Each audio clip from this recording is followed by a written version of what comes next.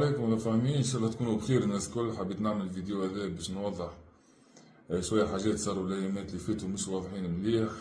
انا مانيش مصدوم كالعباد، خاطر عندي 4 ولا 5 شهور حاب نلقى حل ودي، لكن ما حبوش الحلول الوديه، وفي الاخر يعني خذاو ثنيه ماهيش باهيه اللي انا ما نحبش ان نخرجوا باش نحكيو على حاجات كويزينا انترن ولا على زوز اصحاب كانوا يعني، ومن بعديك ولات فما شويه مشاكل في الخدمه.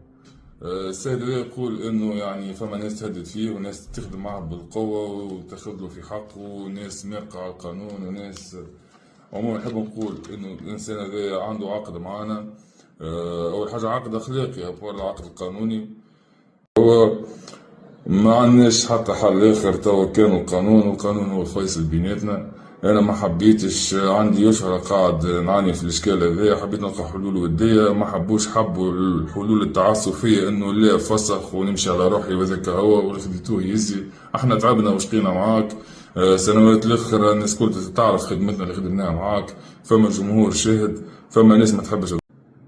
نحب نطلب السماح من الناس اللي تبع فينا يعني السنوات الأخيرة وعشت معانا قصة النجاح هذه والباركور اللي عملناه المزيان. نحب نطلب منه السماح إني فشلت يعني في إني نلقى حل ودي مع الشخص هذا.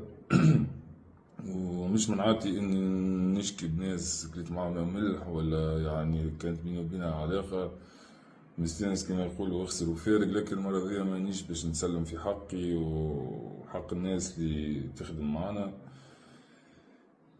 باش نتوجه للقضاء.